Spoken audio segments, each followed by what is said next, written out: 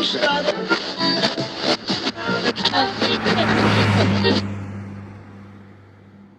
here we are with Jim Moginie. Great to have you back at Noise11.com, Jim. And, we've got quite a lot to talk about. We didn't talk that long ago, but you've done so much this year that there's so much to cover off.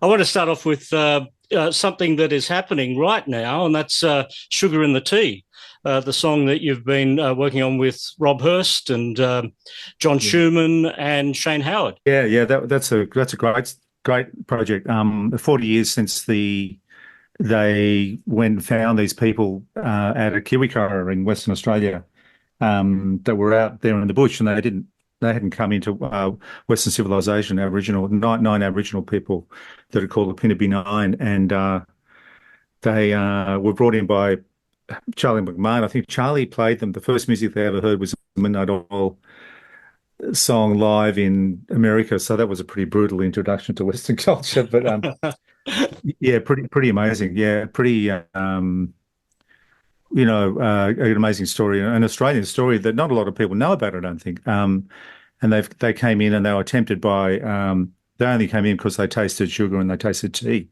and that's actually what brought them into white civilization, away from their traditional. They just couldn't resist it. It was just one of those honey pot things that lured them in, and I don't exactly know what happened to them. I think some became artists. I think there's one guy in a Arena Award in Alice Springs at the moment. There's a few people, a few of them around, but it's an amazing story. And Rob wrote this amazing song, and we just we put it together at my studio with Hamish Stewart, the drummer, and who Rob loves. It's funny that he's not playing the drums, but Hamish is, but he loves Hamish, and so do I. And we cut the track, and then we added Shane Howard and John Schumann to it. And then I sort of produced it, and I got involved with playing the guitar and the keyboards and things on it as well. One of John's friends did a beautiful string arrangement, which was great. I can't quite remember his name, right? Don't have it to hand. And then, I mixed it. I did it pretty quickly, and it was just one of those beautiful sort of things that all came together in the right natural sort of way. It's nice that it came out, and it's pretty low key the way we're putting it out, but I think it's all right because it's quite long. It's about a 6-minute song because it's got a long narrative in it, and it's a long story. You can't condense it into a nuggety sort of 3-minute single. It's one of those sort of tracks that sort of has an expansive nature to it and quite cinematic actually. So, how long ago was it recorded? Oh God, I think we did it a couple of years ago, and we've just been chipping away at it. With all the file sharing communications you can do now, of course. And so, yeah, it's been great project. Really enjoyed it. And, I'm sort of, mixing and doing everything to it. So I'm sort of, all my control issues my boxes are being ticked. Yeah, so you've had an extremely busy year since the Resist tour, and then there's also been the Murmurations shows and album that you've done. There's the book that came out, The Silver River, and we're about to get another new solo album, Everything's Going to Be Fine. So you haven't had a spare day off this year, have you? Well, I haven't really. I mean, the Murmurations thing was pretty low key. I did a few gigs around it last year in December, like I'm going to be doing this year in December, gigs. And then the book came along, and the book's just taken me all sort of literally just dragged me out of, sort of comfortable semi-retirement, wherever it was. And actually sort of, it's been more hard work than any gig I've ever done. The publishers, they work you hard, and you go around and you talk about yourself and you talk about your story, and obviously the Midnight Oil thing comes into that big time. It's had a lot of resonance with the adoption community too, in Australia, which I didn't even really knew they existed. Being adopted myself, I didn't know that. So I've met these great people through that, and done quite a bit of, found out some resources that people can actually draw on if they were adopted and they're struggling or things aren't working out for them. There's some amazing resources out there, and so that was good. And then getting out and meeting people, and it's a gig. You got to hustle your butt. Get on planes, go places. I'll usually bring a guitar or something or a bouzouki these days and do a couple of songs at the end of the talk, just to sort of Yeah, because music's just got a way of getting to people that nothing else does. I mean, talking for half an hour, for an hour is one thing, but playing music and songs that relate to the subject matter of the book, which is really about my Irish background. In the end, the Silver River is a place in Ireland where my family were from on my father's side, and it was in the middle of Ireland in a place called Tullamore. Uh, so the river's there. They grew up by the banks of the river on a farm. There's a lot of history around that in the book, and yeah, it's been lovely, sort of exploring all the Irish ancestry as well, and bringing that into the book. I just didn't really want to do a normal rock memoir. The back of the limo, or the drudgery of hotels, or the problems with record labels. So there's a little bit of that in there, but it really is about life itself. It's not so much about just the band and giving people what you think they want to hear. I was more interested in doing a book that was more kind of writerly, really. I didn't want it to be like, a tell-all, scurrilous sort of, reach for your lawyer, better get a lawyer, son, sort of stuff. I just wanted to sort of make it a readable book, and bring some of my writing skills into it, which I'm just enjoying doing at the moment, just writing for the hell of writing. I've written lyrics before, but this is like an 80,000 word song, really. This book. Yeah.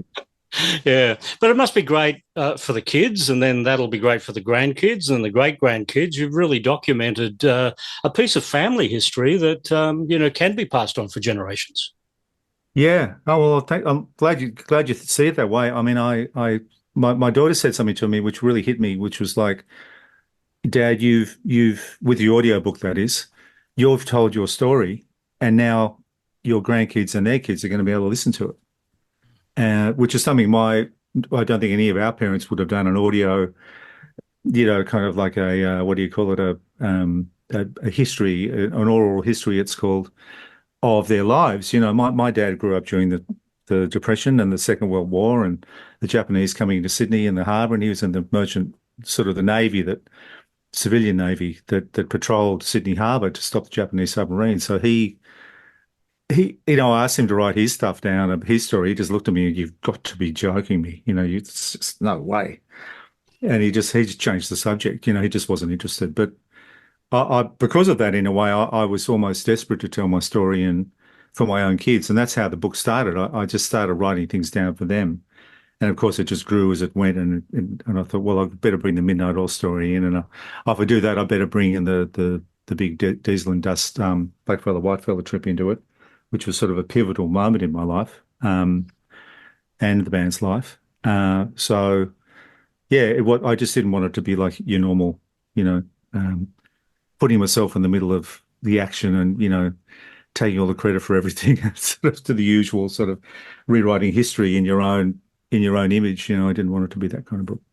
You do talk about how confronting it was when, you went from being a member of Midnight Oil to being a solo act, and that Wollongong show of 2007, where pretty much half a dozen people turn up and they all want to hear Midnight Oil songs. Well, yeah, that must be the frustrating part of, when almost like a withdrawal when you leave a major band. Yeah, I thought, sometimes failure is more interesting to talk about than victory.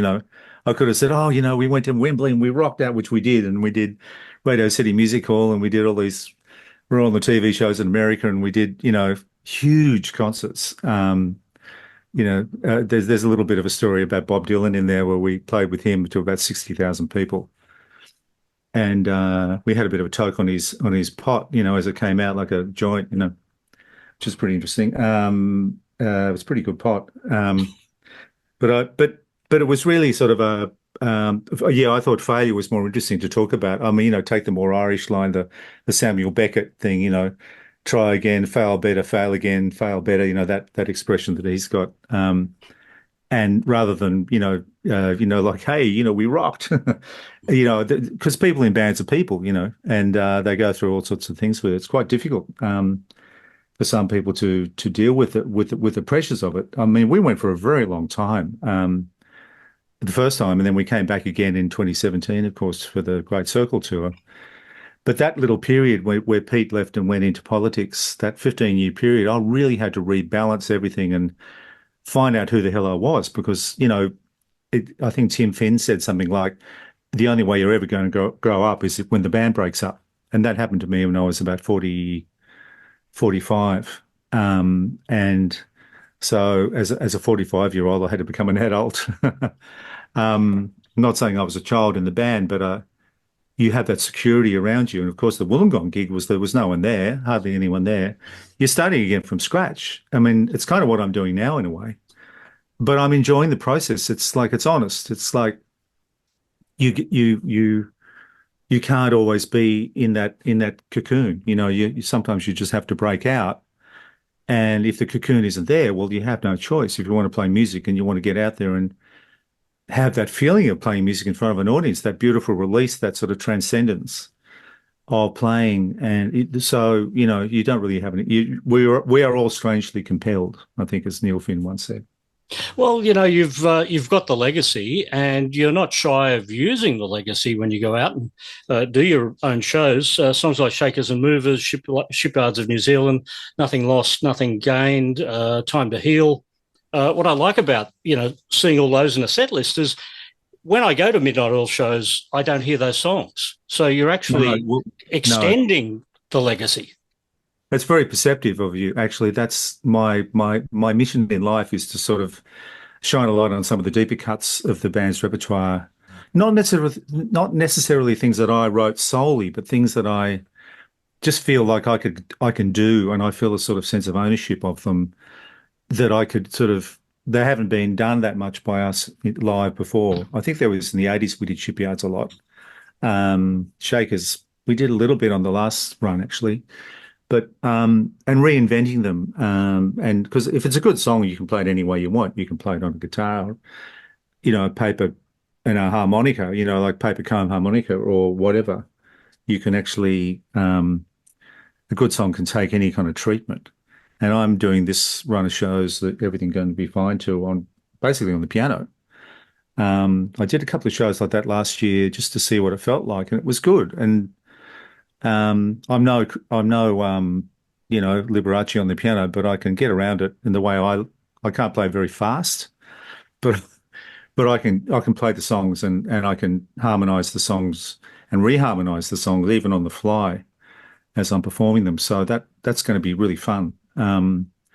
So yeah, I suppose it's like I I've just got such a deep love for the band and the band's work that I can't really get away from it, but I'll probably be doing some of my own, definitely some songs from the new record, some covers, things that I really feel that I love as songs that I can inhabit in my own sort of way. I think that's any artist sort of probably, if you're free like I am to do this, then you can do that. You can go anywhere you want with it and bring your influences into it and not necessarily give people a greatest hits sort of show. I think I'm more inclined to sort of play the B sides or the darker cuts to expand the depth of the band and the band's writing. So what's on the radar for a Jim Moginie cover? What would you do? Well, I've done oh God, I did Eight Man by the Kinks. So I love that song. I know it's one of the greatest political songs ever written. It's very like an environmental theme. It's really, really fantastic lyrics. I did a song called I've done a song called Free Will and Testament by Robert Wyatt, the English musician that was in Soft Machine, fantastic solo singer, and he's made some fantastic albums. He was a friend of mine by Jim McGuinn, the Byrds. I mean, just whatever really comes to mind on the day. Honestly, I can, Mother Earth by Neil Young. That's a really beautiful, again, an environmental theme song. It's got beautiful lyrics, but it's like got a timeless melody. I think the melody was actually taken from an old Irish song. I'll do a version of The Parting Glass sometimes, which is a traditional song that the Irish sing in pubs at the end of the night before they sing the national anthem and stand up and go home. The Parting Glass is like a big song in Ireland. I might even do, like throw a few jigs and reels in the middle of whatever rather than doing a guitar solo, I'll probably, I mean, I can just, I'm making it up really as I go. I'm not really, I'm very unguarded that way. I don't have a plan or a world domination plan. I'm very instinctive with the way when I perform music and the people I play the music with. I'm going out with Hamish Stewart, the wonderful drummer, who's a good friend of mine, and actually he played on that song of Rob's, the Red Continent EP, and also the Sugar and the Tea. So we and I'm playing with the Tasmanian Symphony Orchestra next month in Hobart as just a jobbing guitarist. I'm producing a lot of stuff in my studio in Sydney, Oceanic, and I'm doing a lot of work in there at the moment, and really loving it. Yeah, it's just I'm one of these artists. I'm not really. I don't want to put myself in a box until I'm in a box. Yeah. You go out on tour and you're in the spotlight. I know in your book you talked about the need to be faceless men. Easter Island statues with guitars, I think was your line in your book. How uncomfortable are you when you're out there and the spotlight's all on you? Well, I'm actually really comfortable. I mean, it surprises me. I don't have a problem with that. I just think when you're doing smaller shows, I'm doing Smith's Alternative in Canberra and the Brunswick Ballroom and Lazy Bones in Sydney. Then they're not big venues. There's not a great deal of pressure in that sense. So there's not so much at stake, really. I mean, I think with the Oils at a certain points, there was a lot at stake. That TV show appearance was going to make or break you in America. That concert you played for those people was going to do this or that. At every step of the way, this is the album that's going to break you. This is the one. This is the one. And that would happen year after year after year after year. So you'd have this constant sort of thing on your shoulder going, like, but this better be good. And of course, that is good because it's a good pressure to have, but it's also it can come at the price of sort of wearing you out a bit and making your creative stocks sort of drop and drop and drop because you're just trying to maintain a position in the industry. I think there was a moment for me that I kind of realized that I was sort of being like I felt like a moving piece of a jigsaw puzzle or some sort of thing that was moving along like a Sherman tank from one gig to the next.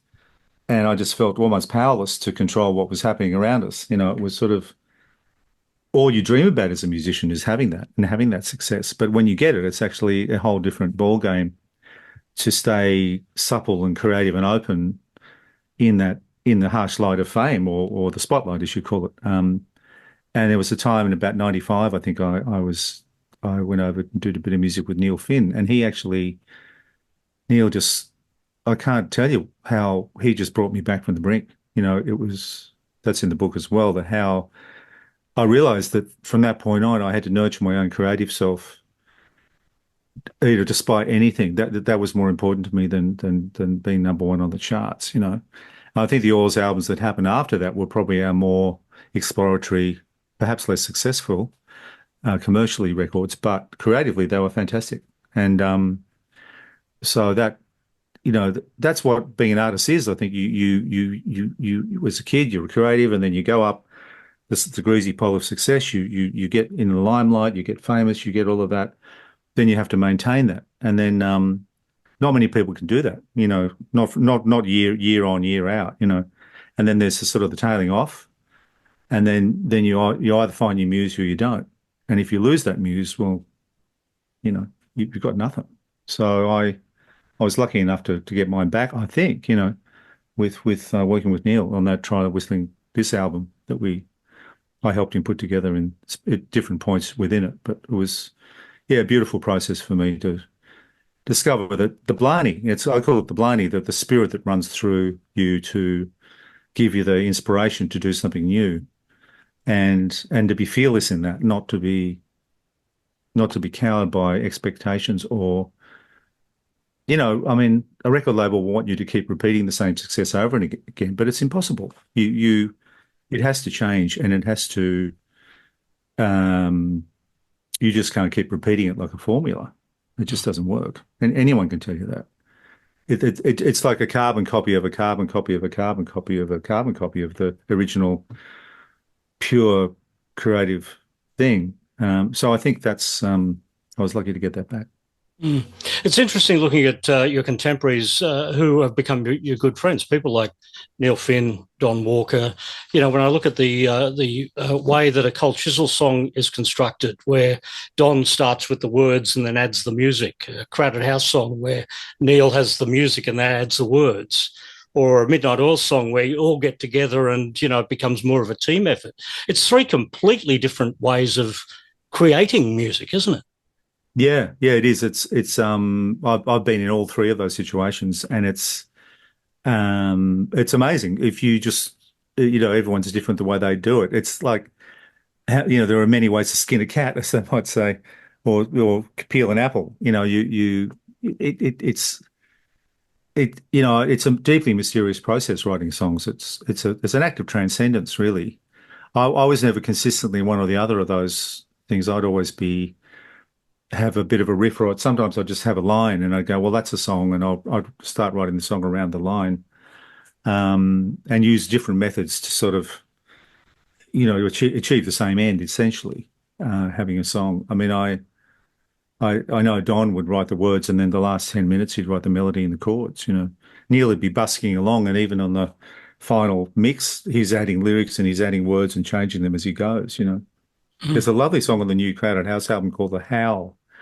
The way he does the words on that, and the way he drops in different versions of melody within verses, it's beautiful. It's like takes you into a whole other, uh, there's not a linear, dun, dun, dun, dun, dun, dun, but he's flying all over the place with ideas, and the music's solid underneath him, but so he can sort of go into those flights of fancy in a way with the lyrics and with the melodies. So there's all sorts of different ways of doing it. Yeah. It seems to be a lot of the way that you've written the music over the years is a lot like how the Beatles were constructing music in the Get Back documentary, where they sort of start with an idea and then they build and build and build on that idea. Wasn't the song "The Dead Heart" a bit like that? Yeah, it was. The Dead Heart was Rob brought that in, and it was a beautiful lyric. And he had pretty much the melody. And then I think, well, I was involved in speeding it up and putting the do bits in it and putting some instrumental things in there. And Martin was involved in that big noise that goes on in there. And we just did a demo of that with a drum machine. And we in those days we thought, well, acoustic guitars and drum machines, that's different. We haven't done that before. So that felt fresh to us at that time. This is in the mid 80s, I think. And that yeah, that really worked actually, that one. But yeah, the new record I've done, well, the new record's really, I did it in another one of those COVID albums. I was in there, and Hamish is a friend of mine. He lived down the road, and he had his drums in the studio, and I just set them up with him one day. Well, let's just put some things down. So we did all the backing tracks for all the songs on this record in over a period of weeks. I was engineering. There was no one there to engineer, um, and uh, and I was playing a Fender Rhodes and singing, and he was sort of playing along, and then that became the basis and a basis of the album. And then I brought Adam Ventura in from who was playing with the Oils in the last couple of tours, fantastic bass player who lives in Sydney, and he came in and just did all the bass on it at another session. I got Leah Flanagan, who was singing with us, to do a lot of backing vocals, and then I redid the piano, again, recording it myself. And then Matt Connemare, I think he's how you pronounce it, he is a fiddle player who played with the Frames, the Irish band. So he did some beautiful string arrangements on 3 tracks. And so he did that. He lives in Gorey in Wexford, and just sent them remotely. And we went backwards and forwards a little bit, but it was beautiful. It's instantly what he did. And then I got a friend of mine, Sean Wayland, the jazz piano player, an Australian. He lives in New York, did piano on a couple of tracks. Just a beautiful touch he's got when he was in Australia a few months ago. So I basically just invited all my friends to play on it, really. It was one of those, and it just grew that way. So that's sort of a different way of doing it as well. And again, as it went, I'd add different melodies and I'd add different things as it went, to sort of, oh, that bit needs to be a bit longer, or why don't we just shorten that bit, or why don't we, so the thing of doing songs and creating music and using the recording studio to do that is something I'm really interested in, and it can really enhance the whole thing. So Yeah, and basically a song that I kind of I'm calling it my Elton John record in a way because it's all about songs. The last record was instrumental, improvised guitar. I mean, you couldn't get much different, but I felt the need to go back to some sort of structure. And so I based around my piano playing, and I wanted the songs to be very sparse. Some just have bass and drums and piano and a vocal. There's nothing much else on them.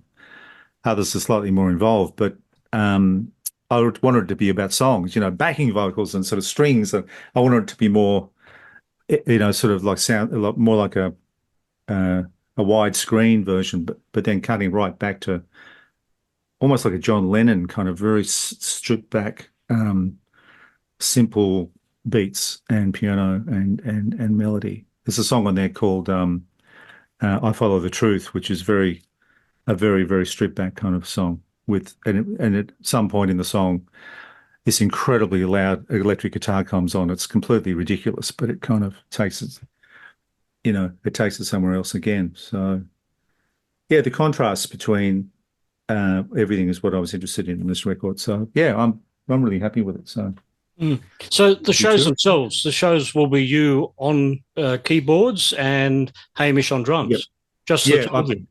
yeah, we get together on a Thursday lately, and we just see what works and what doesn't, and which has been really good. Um, I'll be playing guitar probably at some point, playing a bit of bouzouki at some point. I'll be doing quite a few of the songs on my own, I think. Um, and then bring him in for certain ones, and it's good. It's like he's a friend, and I feel very comfortable with his. He's a fantastic musician. Someone I met when I was about 18. I saw him playing at an outdoor thing in a jazz band. It was like a weather report kind of band, and he was just the guy with long hair, with arms going everywhere and playing. And I was just going, God, that guy's amazing. Who's that? I really didn't know anything about him. And he's been through a lot in his life. He's an extraordinary man. He's played with almost everybody in this country. But he's got a beautiful musical soul, and that's what I like about him, really. So it'll be fun. It'll be great. Yeah, and shows coming up in Canberra, Melbourne, Sydney, the Gong, Byron, and then the album around the same time. Everything's going to be fine. So Yeah, well, everything's going to be fine. Well, I mean, in a way, if you look at this cover, which is sort of, I'll hold up, it's a picture of a mammoth playing a piano in front of a petrochemical plant. I mean, it's sort of like with sort of childlike writing. It's like everything's going to be fine. I mean, honestly, it's not. But if that's what everyone's saying, everything's going to be all right. We'll just sort of wait it out. Well, it's sort of what's happening in politics at the moment. People aren't really making any real decisions because they're in the sway of the industrial complex. yeah, And so it's going to have to be people power that does it. I don't think the politicians are going to be able to do anything. I think they don't have the political will. They're worried about being re-elected or not being re-elected. And, we're kind of off in it. We're off in it's changed so much the world since I was a kid. And you kind of almost could believe politicians could do something. I don't anymore. I actually don't think they can do anything to help. I think it's going to be people and it's going to be the market. The market will decide whether things are going to stay upright or not. If people are going to go to alternate energy, then they can do it. They have that choice. They can, and that's the only way that things will change if people move all together in some sort of movement to change. So I think yeah, that's the sort of the fear at the moment that we can't turn the ship around, and but we think oh it'll be all right. Everything's fine. Everything's going to be all right. it's the trouble. We've Yeah. got we've got career politicians now, so it's about keeping their jobs, not doing what's right.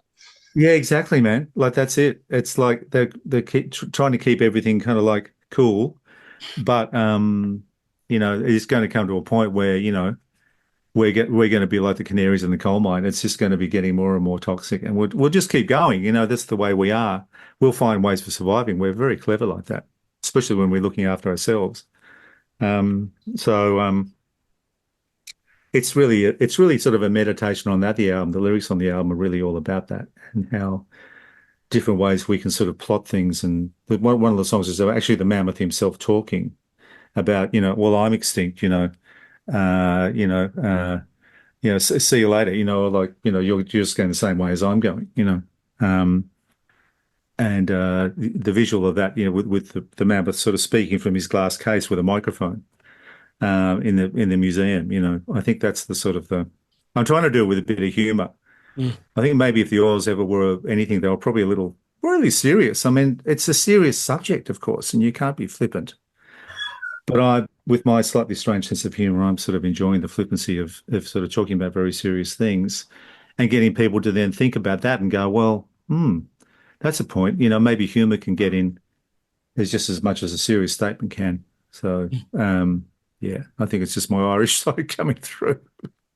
Well, it's good to see the elephant in the room as the mammoth on the cover. The elephant in the room is the mammoth on cover, yeah, for sure. All right, Jim, good to talk to you at Noise 11. Yeah, Paul, thanks so much, man.